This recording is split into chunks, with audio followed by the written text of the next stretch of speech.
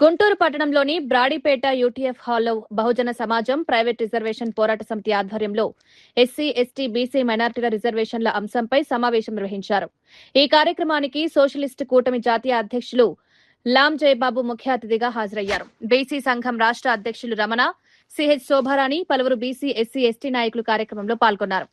ఈ సందర్భంగా లాం జయబాబు మాట్లాడుతూ సామాజికంగా వెనుకబడిన వర్గాలకు న్యాయం జరిగేలా రిజర్వేషన్లను మరింత సమర్థవంతంగా అమలు చేయాల్సిన అవసరం ఉందని చెప్పారు. ముఖ్యంగా ప్రైవేట్ రంగంలో కూడా రిజర్వేషన్లు అమలు చేయాలని డిమాండ్ చేశారు. ప్రభుత్వ రంగంతో పాటు ప్రైవేట్ రంగ సంస్థల్లో ఉద్యోగావకాశాల్లో సామాజిక న్యాయం కల్పించాలని కోరారు. మహిళలకు 33% రిజర్వేషన్ అమలు చేసేలా పార్లమెంట్లో బిల్లు ప్రవేశపెట్టి ఆమోదించాలని లాం జయబాబు కోరారు. మౌనం పాత్ర వహిస్తా ఉన్నారు. అందుకు మనందరం ఏకోవాలి. మనందరం ఆ గట్టి నినాదాన్ని ముందుకు తీసుకెళ్ళాలి.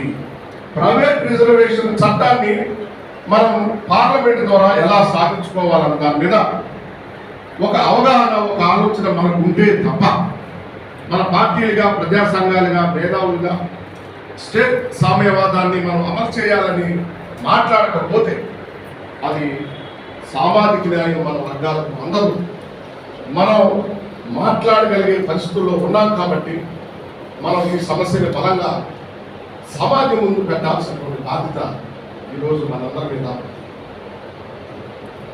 ఇక్కడ మరో అంశాన్ని కూడా మనం ఈ సందర్భంగా గుర్తు చేయాల్సినటువంటి అవసరం.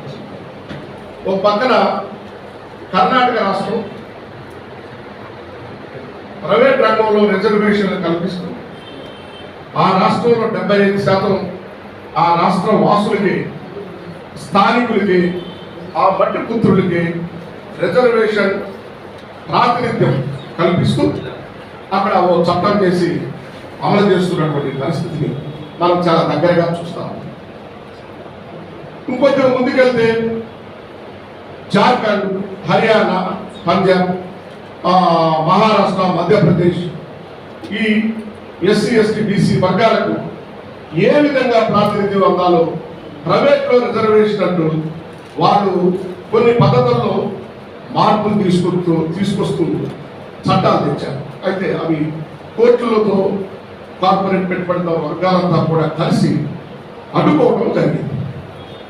అయితే కార్పొరేట్ పెట్టుబడిదారు వర్గాలంతా మాట్లాడేది ఏంటంటే,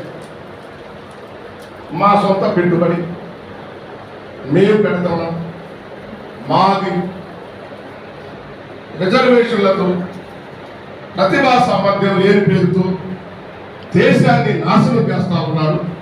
కాబట్టి ప్రతిభా సామర్థ్యం లేనటువంటి ఎస్సీ, ఎస్టీ, ఓబీసీలకు మా సంస్థల్లో ఉద్యోగాలు ఇవ్వము అని కరాఖండిగా మాట్లాడుతూ ఉన్నటువంటి పరిస్థితిని మన కోర్టు ద్వారా చాలా దగ్గరగా చూస్తాం. అయితే దీని నుండి మనం నేర్చుకోవాల్సినటువంటి అవసరం ఏంటంటే, నిజంగా కార్పొరేట్ పెట్టుబడిదారు వర్గాలు ఎక్కడా కూడా వాళ్ళ సొంత డబ్బులతో పరిశ్రమలు, సంస్థలు ఏర్పాటు చేయటం లేదు. బ్యాంకు నుండి లోన్లు, రాయితీలు, అవకాశాలు మొత్తం పొందుతూ